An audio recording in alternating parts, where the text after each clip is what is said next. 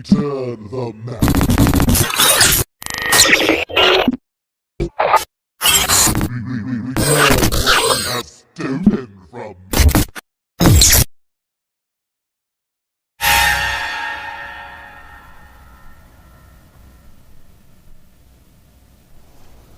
This is the construct. It's our loading program. We can load anything from clothing to equipment, weapons, training simulations, anything we need. Right now, we're inside a computer program? Is it really so hard to believe? Your clothes are different, the plugs in your arms and head are gone. Your hair has changed. Your appearance now is what we call residual self-image. It is the mental projection of your digital self. This isn't real. What is real? How do you define real? If you're talking about what you can feel, what you can smell, what you can taste and see, then real is simply electrical signals interpreted by your brain. This is the world that you know. The world as it was at the end of the 20th century. It exists now only as part of a neural interactive simulation that we call the Matrix. You've been living in a dream world, Neo. This is the world as it exists today.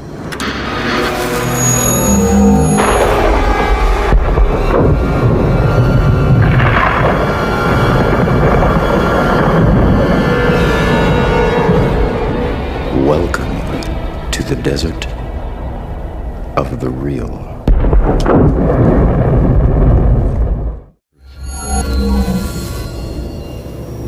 What is the Matrix? Control. The Matrix is a computer-generated dream world, built to keep us under control in order to change a human being into this. No. I don't believe it. It's not possible. I didn't say it would be easy, Neo. I just said it would be the truth. Stop! Let me out! Let me out! I want out! Okay, so what do you need besides a miracle? Guns. Lots of guns.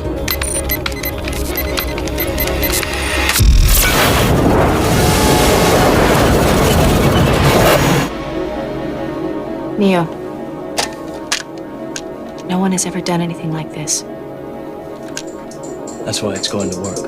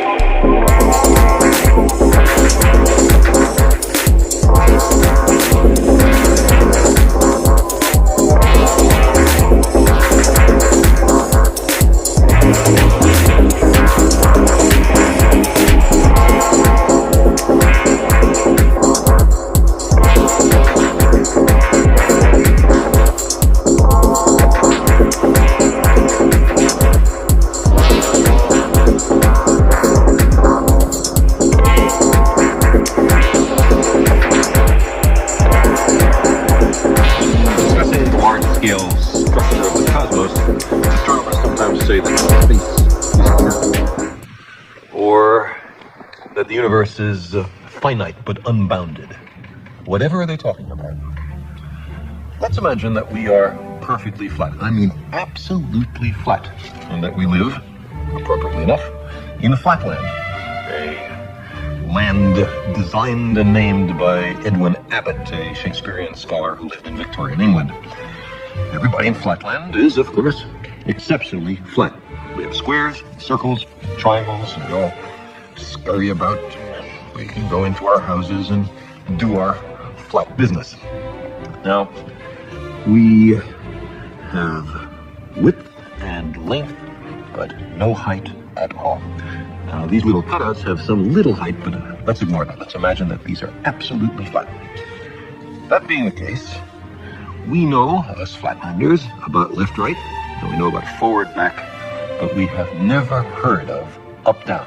Let us imagine that into flatland, hovering above it, comes a strange three-dimensional creature which, oddly enough, looks like an apple. And the three-dimensional creature sees an attractive, congenial-looking square, watches it enter its house, and decides in a gesture of interdimensional amity to say hello. "Hello," says the three-dimensional creature.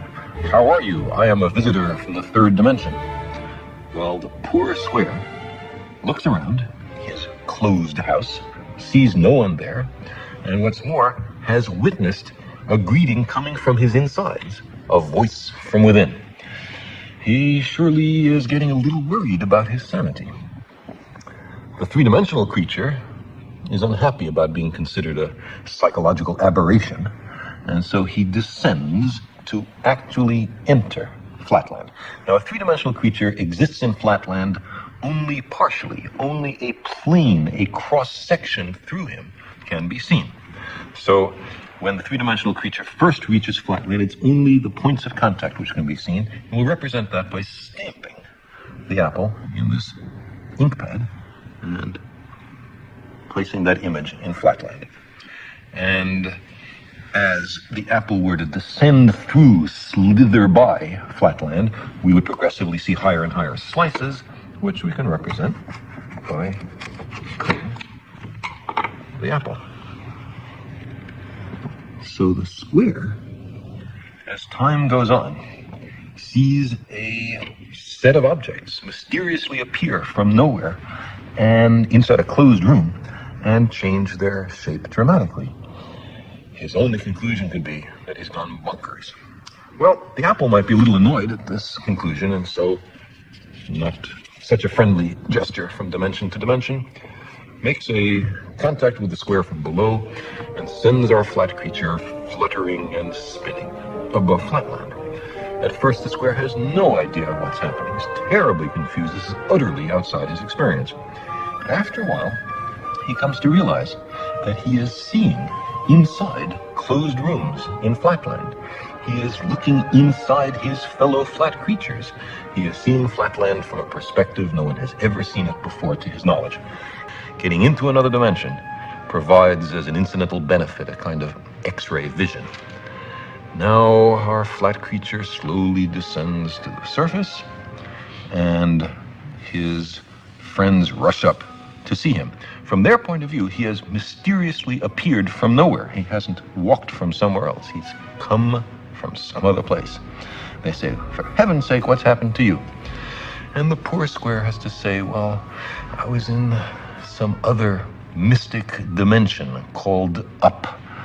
And they will pat him on his side and comfort him, or else they'll ask, "Well, show us, where is that third dimension? Point to it." And the poor square will be unable to comply. But maybe more interesting is the other direction in dimensionality. What about the fourth dimension?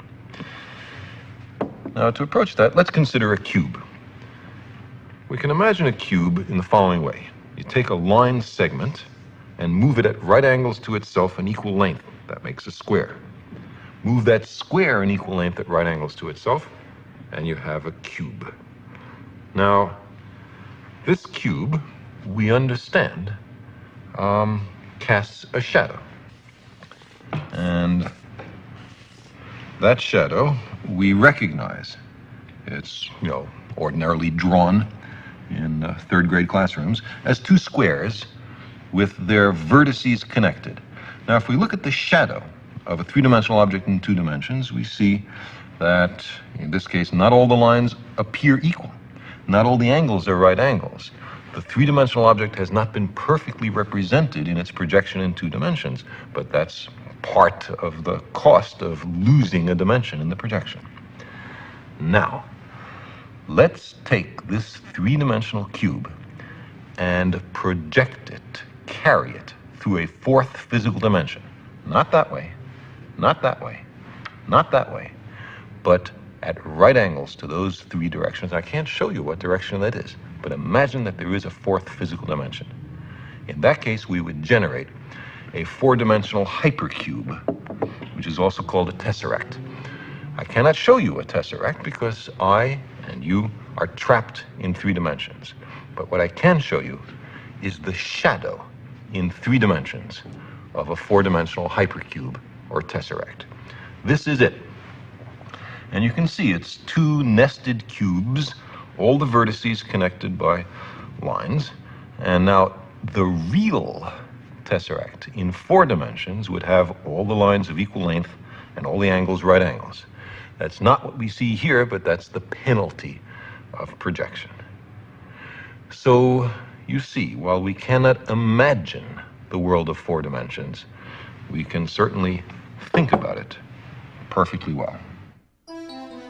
Now, imagine a universe just like Flatland, truly two-dimensional, and entirely flat in every direction, but with one exception. Unbeknownst to the inhabitants, their two-dimensional universe is curved into a third physical dimension, maybe into a sphere, but at any rate, into something entirely outside their experience. Locally, their universe still looks flat enough, but if one of them, much smaller and flatter than me, takes a very long walk along what seems to be a straight line, he would uncover a great mystery. Suppose he marked his starting point here and set off to explore his universe. He never turns around and he never reaches an edge. He doesn't know that his apparently flat universe is actually curved into an enormous sphere. He doesn't sense that he's walking around a globe. Why should his space be curved? Because there's so much matter in this universe that it gravitationally warps space, closing it back on itself into a sphere. But our flatlander doesn't know this. After a long while, you'll find he somehow returns to his starting point. There must be a third dimension. Our flatlander couldn't imagine a third dimension, but he could sure deduce it. Now, increase all the dimensions in this story by 1, and you have something like the situation which many cosmologists think may actually apply to us. We are three-dimensional creatures trapped in 3 dimensions. We imagine our universe to be flat in 3 dimensions, but maybe it's curved into a 4th. We can talk about a 4th physical dimension, but we can't experience it. No one can point to the 4th dimension. I mean, there's left, right, and there's forward, back, there's up, down, and there's some other direction simultaneously at right angles to those familiar 3 dimensions. Ladies and gentlemen, and princess, I'm here to talk about multi-dimensional bubbles. But I'm not just going to talk about blowing bubbles. I'm going to blow your minds. Huh? This is a bubble blower of my own design. With this, you can blow bubbles in different dimensions. This 2-dimensional bubble casts a 1-dimensional shadow. A 3-dimensional bubble casts a 2-dimensional shadow. A 4th-dimensional bubble casts a 3-dimensional shadow.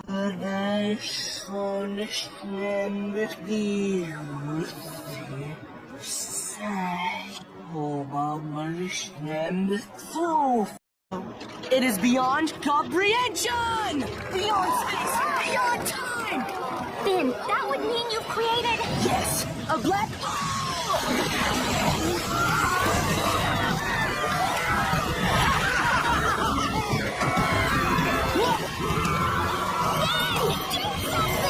It's okay. I'm sure the solution is on my bulletin list. Don't worry. I have everything under control. Under control? My guests are terrified! Yes! And their brains are releasing adrenaline, dopamine, even dimethyltryptamine from the pineal gland! This has serious educational value! 𝑩𝒍𝒂𝒄𝒌 𝑪𝒖𝒃𝒆 is giving us euphoric altered awareness! Don't you see, princess? We were all born to die! You're trying to kill us all? No, of course not! I'm trying to give you the greatest conference ever! Ben, you've gone insane! What? No way, I'm like the smartest guy I know, thanks to these glasses. Glasses? Take those off. You're not yourself. Please! I need the real you!